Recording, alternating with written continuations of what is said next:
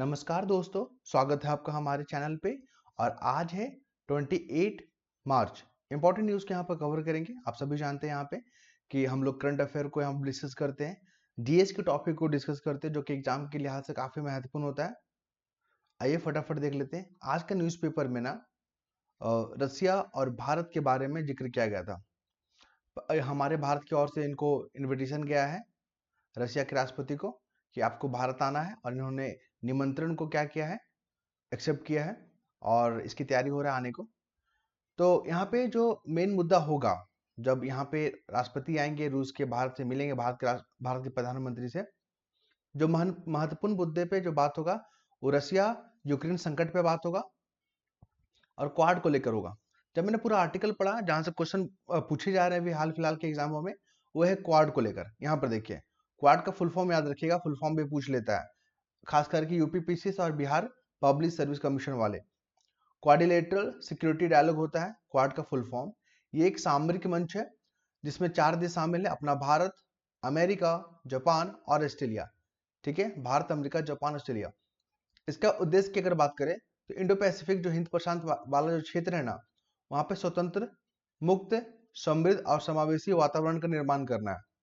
और ये जो गठबंधन है 4 देशों का, जिसमें अपना भारत भी है, अमेरिका, जापान, ऑस्ट्रेलिया है, ठीक है, तो यहाँ पे समुद्री सुरक्षा पे भी काम होगा, आपदा राहत पे भी काम होगा, साइबर सिक्योरिटी पे भी काम होगा, आतंकवादी विरोधी गतिविधियों का भी यहाँ पे होगा, आपूर्ति श्रृंखला को लचीलापन बनाना है। तो क्वाड का मेंबर याद रखिएगा, इसका उद्देश्य याद रखिएगा, क्वेश्चन पूछा जाएगा। इंपॉर्टेंस क्या है क्वाड का, इंपॉर्टेंस की अगर बात करें, महत्व क्या है, प्रभाव की बात करें तो चीन का जो प्रभाव बढ़ रहा है इंडो पैसिफिक रीजन में, उसको संतुलित करना। फिर यहाँ पे मुक्त व्यापार होता है, फ्री ट्रेड होता है, समुद्री सुरक्षा होता है, लॉ ऑफ रूल होता है, उसको मेंटेन करना। कोविड-19 टीका वितरण और आपूर्ति श्रृंखला को सुधार करना, क्वाड का इंपॉर्टेंस की बात कर रहे हैं हम लोग। चैलेंजेस की अगर बात करें तो जो मेंबर कंट्री है ना, उनके बीच की जो प्राथमिकताएं हैं, जो प्रायोरिटी है ना, उनमें थोड़ा डिफरेंसेस देखने को मिलता है। और चीन का यहाँ पर विरोध है और क्षेत्रीय तनाव यहाँ पर देखने को मिलता है। तो ये चैलेंजेस है। छोटे जो शॉर्ट क्वेश्चन होते हैं वहां पे आपको बहुत हेल्प करेगा, प्रीलिम्स एग्जाम के लिए हेल्प करेगा, आपको ध्यान रखिएगा। और यूक्रेन संकट को आज मैंने कवर नहीं किया क्योंकि यूक्रेन संकट को हम लोग प्रीवियस वीडियो में काफी बार चर्चा किए थे। यूक्रेन का मैप को देख लीजिएगा, रशिया का मैप को देख लीजिएगा, ठीक है, और कौन कौन सा क्षेत्र विवादित रहा है ये भी देखेंगे आप। फिर आज के न्यूज़पेपर में भारत और चाइना रिलेशन के बारे में बात किया गया है। देखिए, भारत और चाइना के बीच में जो सीमा विवाद है, ठीक है, तो उसको लेकर बातचीत चल रहा है कि कैसे सॉर्ट आउट करें हम लोग प्रॉब्लम को। क्योंकि चाइना कभी जो है ना अरुणाचल प्रदेश को बोलता है कि तिब्बत का भाग है, ठीक है, कभी ब्रह्मपुत्र नदी पे बांध बना रहा है जिससे वाटर को कंट्रोल करके भारत के विरुद्ध ये काम कर सकता है, बांग्लादेश के खिलाफ काम कर सकता है। क्लियर है, सीमा विवाद होते रहता है यहाँ पे। और क्या होता है, और जैसे हाल के घटना में देखे तो डोकलाम विवाद आपने देखा था, गलवान घाटी विवाद देखा था, एलएसी को लेकर यहाँ पे बातचीत डिस्प्यूट चलता है, मैकमोहन लाइन को लेकर यहाँ पर डिस्प्यूट चलता है, लद्दाख को लेकर अस्काई जो चीन वाला एरिया है उसको लेकर यहाँ पे चलता है। ठीक है, जब मैंने पूरा आर्टिकल पढ़ा जहां से क्वेश्चन पूछे जाएंगे, याद रखिएगा भारत और चाइना के बीच में क्या क्या विवाद है, थोड़ा सा उस पर एक नजर डाल लेते हैं हम लोग। यहाँ पे छोटा सा नोट्स बना दिया आपके लिए, ताकि जब आप न्यूज़पेपर को पढ़ेंगे ना, ठीक है, तो आप नोट्स भी तैयार करते रहेंगे क्योंकि ये बहुत हेल्प करेगा आपको। क्योंकि एग्जाम में 10 से 15 क्वेश्चन, चाहे प्रीलिम्स हो चाहे मेंस हो, आपको ऐसे क्वेश्चन फेस करने होंगे जो कि आपने पढ़ा नहीं होगा, लेकिन आपको एक आइडिया होगा कि हाँ इस संदर्भ में बात कर रहा है। तो उस क्वेश्चन को टैकल कैसे करेंगे, यही सब आर्टिकल पढ़ के। तो हम लोग विवाद की अगर बात करें, डिस्प्यूट के बारे में, तो भारत और चाइना के बीच में जो सीमा है 3488 किलोमीटर है। कितना है? 3488। और सबसे ज्यादा बाउंड्री शेयर पता है ना हम लोग किसके साथ करते हैं? बांग्लादेश के साथ, 4096 किलोमीटर। ठीक है, सेकंड नंबर पे आता है चाइना। और सबसे कम बाउंड्री किसके साथ? अफगानिस्तान के साथ, 106 किलोमीटर। यही सब एग्जाम में पूछे गए हैं। अक्साई चीन को लेकर विवाद है, यहाँ पे एलएसी को लेकर विवाद है। और जब भारत और चाइना के बीच में 1962 में युद्ध हुआ था ना, तो इसने भारत के हिस्सों पे कब्जा कर लिया था। अरुणाचल प्रदेश का भी यहाँ पर विवाद रहता है, चाइना बोलता है कि दक्षिण तिब्बत का हिस्सा ही है। गलवान घाटी जो झड़प हुआ था 2020 में, ये क्वेश्चन बीपीएससी में पूछा गया है, तो वहां पर भी तनाव देखने को मिल रहा है। और विवाद को समाधान के लिए कई समझौते किए गए हैं। 1993 में प्रयास किए गए थे, 1996 में समझौते किए गए हैं, 2005 में, 2013 में, 2020 में। चैलेंजेस की अगर बात करें तो सीमा निर्धारण, अभी तक वहां पे जो है ना सीमा का अच्छा सा फेंसिंग नहीं किया गया है, डिसाइड नहीं किया गया है कि भारत का कितना है, चाइना का कितना है, तो इसको लेकर यहाँ पे विवाद होते रहता है। वर्तमान स्थिति में अगर बात करें तो दोनों ओर से बातचीत चल रहा है, ठीक है। फिर यहाँ पे एक ब्रिक्स देखने को मिल रहा है, तो ब्रिक्स में याद रखिएगा ये एक अंतर सरकारी संगठन है, और ब्रिक्स में ब्राजील, भारत, रशिया, चाइना, दक्षिण अफ्रीका और अभी नए नए मेंबर भी शामिल हुए हैं, ठीक है, तो याद रखिएगा। उसके बाद हम बात करें यहाँ पे, अब आज के न्यूज़पेपर में देश में जो परमाणु ऊर्जा है, एटॉमिक एनर्जी है, 2029-30 तक हम लोग जो है ना बढ़ाकर 13 गीगावाट कर लेंगे, ठीक है। जब मैंने पूरा आर्टिकल पढ़ा तो याद रखिएगा अभी भारत ने परमाणु मिशन जो है लॉन्च किया गया है। परमाणु मिशन क्या है? स्वच्छ ऊर्जा की दिशा में एक महत्वपूर्ण कदम है। साथ ही आपको बता दें, परमाणु ऊर्जा को लेकर जो हमारे देश में पहली बार जो प्रयास हुआ था, होमी भाभा जहांगीर के नेतृत्व में हुआ था, आप इनको याद रखेंगे। और यहाँ पे परमाणु जो एनर्जी है, जो एटॉमिक एनर्जी है, उसको लेकर यहाँ पे छोटा सा नोट्स यहाँ पे आपके लिए मैंने बना दिया है ताकि आप अच्छे से पढ़ सकें। तो यहाँ पर देखें तो परमाणु ऊर्जा का उत्पादन जो है ना नाभिकीय विखंडन मतलब न्यूक्लियर फ्यूजन के कारण होता है। यहाँ पे एक बड़ा एटम दो छोटे पार्टिकल एटम में टूटता है, ठीक है, इसी को बोलते हैं विखंडन। और जो सन है ना, सन में कौन सा रिएक्शन होता है? तो वहां पे होता है नाभिकीय संलयन, न्यूक्लियर फ्यूजन बोलते हैं। वहां पे दो छोटे छोटे एटम क्या होते हैं? ऐड होते हैं। भारत की स्थिति की बात करें यहाँ पे तो 22 जो है ना रिएक्टर है जो कंप्लीट है, 7 अभी निर्माणाधीन है, मतलब अभी काम चल रहा है उस पर। कुल क्षमता कितना है? 6780। ये फैक्ट को याद रखेंगे। भारत का पहला परमाणु जो है ना यहाँ पे संयंत्र कहाँ पे बना था? तारापुर। कहाँ पे? महाराष्ट्र में। नियंत्रण कौन करता है इस संस्था को? तो परमाणु ऊर्जा विभाग, जो कि परमाणु ऊर्जा नियामक बोर्ड के तहत काम करता है।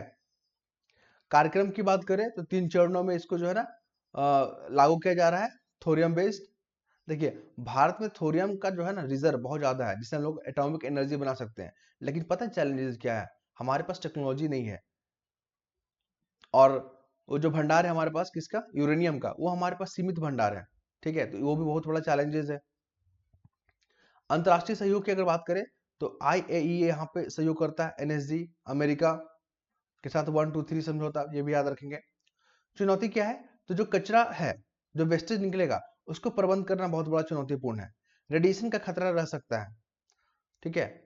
और महत्व की बात करें तो एनर्जी सिक्योरिटी में, कार्बन उत्सर्जन को कम करने में, स्वच्छ ऊर्जा को प्राप्त करने में। तो ये तब छोटे छोटे जो है ना क्वेश्चन जब पूछे जाएंगे तो आप ये तमाम फैक्ट को याद रखेंगे। अब हम लोग बात करेंगे यहाँ पे जो है ना, जो हमारा लोकतंत्र का चौथा पिलर है, प्रेस। प्रेस का काम क्या होता है? कि सही क्वेश्चन पूछना, जनता के हित में क्वेश्चन पूछना, सरकार के कार्यों को यहाँ पे बारे में जो है आम जनता को यहाँ पे रूबरू करवाना। तो अभी यहाँ पर देखा गया कि सरकार के खिलाफ अगर जो है सवाल किए जाते हैं तो उन पे हमला हो जाता है, पत्रकारों पे। तो इसी को लेकर पूरा आर्टिकल बेस्ड है। और भारत की एक जो रैंकिंग की बात करें विश्व प्रेस स्वतंत्रता सूचकांक में, तो काफी नीचे है, लगभग 159 रैंक पे है भारत। अगर भारत के जो पत्रकार लोग हैं अगर वो सही प्रश्न पूछेंगे नहीं, ठीक है, और सही प्रश्न पूछने पर सामने वाला को खराब लगता है तो उसको मर्डर करवा देंगे, हमला करवा देंगे, तो हमारा रैंकिंग कहाँ से सुधरेगा? ठीक है। तो आइए हम लोग बात करते हैं फंडामेंटल भाग 3 में, जो हमें मौलिक अधिकार मिला हुआ है। पहले 7 हुआ करता था, लेकिन अब वर्तमान में 6 है। जो संपत्ति का अधिकार था उसको हटा दिया गया है फंडामेंटल राइट से। तो प्रेस की जो स्वतंत्रता है उसको अधिकार हमारे संविधान में 19(1)(a) के तहत मिला हुआ है। यहाँ पर देख रहे हैं ना, वाक्य और अभिव्यक्ति की स्वतंत्रता, इसी में प्रेस की स्वतंत्रता के बारे में बात किया गया। हम लोग शांतिपूर्ण सभा कर सकते हैं, 19(1)(b) के तहत हमको ये अधिकार मिला हुआ है। हम लोग संघ बना सकते हैं, आपने देखा होगा ना, जैसे कि किसान जो संघ बनाता है, ठीक है, व्यापारी लोग संघ बनाते हैं, इसी आर्टिकल का यूज करते हैं ये लोग, ठीक है। बहुत सारा देखेंगे IAS IPS का ग्रुप बनता है, क्लब बनता है, तो इसी के अधिकार का यूज किया जाता है संघ बनाने के लिए। फिर हम लोग जो सभा करते हैं, बैठक करते हैं, ये शांतिपूर्ण सभा 19(1)(b) के तहत ही होता है। भारत में कहीं आने जाने का अधिकार, हम लोग एक राज्य से दूसरे राज्य में, एक राज्य से दूसरे यूटी में जाते हैं, तो ये हमें अधिकार मिला हुआ 19(1)(d) के तहत। हमें भारत में कहीं भी निवास करने का अधिकार है 19(1)(e) के तहत, ये भी याद रखेंगे। हमको व्यापार और व्यवसाय करने का अधिकार है। तो ये जो अधिकार है ना, सिर्फ और सिर्फ भारत के सिटीजन को मिला हुआ है। बहुत सारे ऐसे अधिकार हैं जो कि फॉरेनर वालों को भी मिला हुआ है, जैसे कि आर्टिकल 14, ठीक है, और आर्टिकल कौन कौन सा हो गया, हाँ 25 से 28 आई थिंक, ठीक है। चलिए, आज का ट्यूटोरियल में जो इंपॉर्टेंट न्यूज है वो गोरैया पक्षी को लेकर है। इसके इंपॉर्टेंस के बारे में बात किया गया है, इस पे जो खतरा मंडरा रहा है उस पर बात किया जा रहा है, ये जो लुप्त हो रहा है उसके पीछे कारण के बारे में बात किया गया है। जब मैंने पूरा आर्टिकल पढ़ा तो आपको बता दें, जो शहरीकरण के नाम पर, अंधा विकास के नाम पर हम लोग जो कंक्रीट के जंगल बना रहे हैं ना, पेड़ पौधे काट के जो बड़े बड़े बिल्डिंग खड़ा कर रहे हैं, पेड़ पौधे को हटा दे रहे हैं, तो हमारे इन्वायरमेंट को नुकसान तो पहुंच रहा है, जीव जंतुओं पर तो नुकसान पहुंच रहा है, इंसानों पर भी नुकसान पहुंचेगा, क्योंकि वो क्लाइमेट चेंज और ग्लोबल वार्मिंग को फेस कर रहे हैं, ठीक है। तो अपने ही अस्तित्व पे हम लोग क्या कर रहे हैं, खतरा बना रहे हैं। तो इंपॉर्टेंस देखिए, यहाँ पे गोरैया का इंपॉर्टेंस क्या होता है। ये जो है इकोसिस्टम में महत्वपूर्ण रोल अदा करते हैं। ये सर्वहारी है, मतलब पेड़ पौधे और जीव जंतुओं को भी खाते हैं। इसका काम क्या होता है, जो फसलों को नुकसान पहुंचाने वाले जो कीड़े होते हैं ना, हानिकारक कीड़े, उसको खाकर अपना जीवन यापन करते हैं। तो इसको कंट्रोल करने के लिए, कीटों को, फतंगियों को कंट्रोल करने के लिए गोरैया का इंपॉर्टेंस काफी ज्यादा है, ठीक है। आपने चाइना में एक कहानी सुना होगा, कहानी क्या था, रियलिस्टिक था। वहां का एक नेता था माओ, उसने क्या किया, उसको ज्यादा जीव जंतु के बारे में, पेड़ पौधे के बारे में जानकारी नहीं था, चाइना की बात कर रहे हैं वहां पे। तो उसने देखा कि जो पक्षी है गोरैया, ठीक है, वो फसलों को नुकसान पहुंचा रहे, खा जा रहे हैं, अनाज को खा जा रहे हैं। तो ये चीज उसको समझ में नहीं आया। उसको लगा कि हमारे जो देश में चूहा, फतंगी, ये गोरैया यहाँ पर आप देख सकते हैं, और मच्छर मक्खी, ये हमारे नुकसान पहुंचा रहे हैं। यहाँ पे ये चीज का कहानी का वर्णन क्या हुआ है, आप पढ़ लीजिएगा बढ़िया से इसको, ठीक है। तो उन्होंने ये चारों चीज को मरवा दिया। तो पता है इसका इम्पैक्ट क्या हुआ, जो फसल में जो कीट लगता था ना, जिसको ये लोग खाते थे, बर्ड लोग खाते थे और फसल को सुरक्षित प्रदान करते थे, इनका संख्या घटने से, इनका लुप्त होने से वो कीटों की संख्या बढ़ गया और फसल फसल को बहुत ज्यादा नुकसान हुआ। लगभग 3 करोड़ से ज्यादा लोगों का मृत्यु हुआ था। तब उनको इंपॉर्टेंस समझ में आया कि बर्ड का इंपॉर्टेंस क्या है इकोसिस्टम में। तो इसने जो है ना, फिर रसिया से इंपोर्ट किया था बर्ड्स को। फिर वहां पे ये लोग पुनर् इसका क्या किए, विकास किए, ठीक है। तो ये कहानी यहाँ पर लिखा हुआ है, इसको पढ़िएगा। तो हम लोग बात कर लिए कि इंपॉर्टेंस क्या है बर्ड का, इसलिए इसको सुरक्षा प्रदान करना है। अब इनकी संख्या घट क्यों रहा है, क्योंकि जो पेड़ पौधे हैं, छोटे छोटे झाड़ियां हैं, अनार का, फूल का, सबको काट दे रहे हैं हम लोग, और वहां पे कंक्रीट का जंगल बना दे रहे हैं। तो इनकी संख्या लुप्त होगा ना। क्लाइमेट चेंज, ध्वनि प्रदूषण, पॉल्यूशन, ठीक है, ये सब चीज को बर्दाश्त नहीं कर पा रहे वो, पेड़ पौधे को काटना। नेक्स्ट मूव करें यहाँ पे, तो नेक्स्ट मूव करते हैं यहाँ पे। तो यहाँ पे क्या है, चीन को लेकर। देखिए यहाँ पे फिर चीन को लेकर बात किया गया है, क्योंकि ब्रह्मपुत्र नदी जो है ना, उस पर बांध बना रहा है, बोल रहा है कि हम वहां से बिजली उत्पादन करेंगे, चाइना ऐसा बोल रहा है। लेकिन भारत और बांग्लादेश बहुत कंसर्न है इस चीज को लेकर, क्योंकि चाइना जो है ना, बहुत दूर का खेलता है वो क्या करेगा, ये जो नदी है ना, उस पर बांध बना लेगा, ठीक है, पानी को कंट्रोल कर लिया। मान लीजिए कल के दिन और विवाद बढ़ता है भारत और चाइना के बीच में, तो पानी को कंट्रोल करके पानी को छोड़ेगा, अत्यधिक मात्रा में छोड़ देगा। इससे क्या होगा, इन इलाकों में फ्लड का सिचुएशन आ जाएगा, वहां का जो जीवन यापन है वो तहस नहस हो जाएगा, इंफ्रास्ट्रक्चर है खत्म हो जाएगा, ठीक है। मान लीजिए पानी को ही रोक लिया, तो फिर यहाँ पे जल संकट का स्थिति उत्पन्न हो जाएगा। तो आप समझ रहे ना, वाटर पॉलिसी खेल रहा है वो, वाटर से वार करना चाह रहा है। तो भारत इस चीज को लेकर पूरा पैनी नजर बनाए हुए है, ध्यान रखिएगा।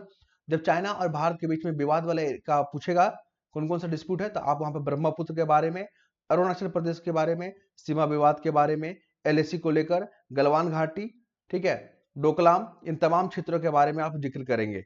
ओके, चलिए उसके बाद आते हैं यहाँ पे।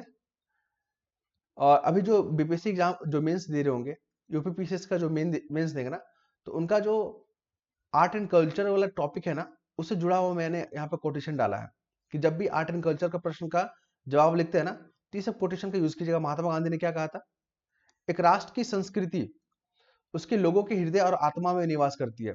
मान लीजिए हमारे देश का जो संस्कृति है ना, वो हमारे हृदय और आत्मा में निवास करती है। रविन्द्रनाथ टैगोर के बारे में अगर बात करें यहाँ पे, तो कला प्रकृति की अभिव्यक्ति के बारे में बात किया गया है। स्वामी विवेकानंद के बारे में बात करें तो उन्होंने कहा है कि ये बहुत महत्वपूर्ण है, ठीक है। जब आज का न्यूज़पेपर यहाँ तक कंप्लीट हो गया है। पीडीएफ चाहते हैं तो लिंक आपको मिल जाएगा कमेंट बॉक्स में। ऐसे जुड़े रहें। धन्यवाद।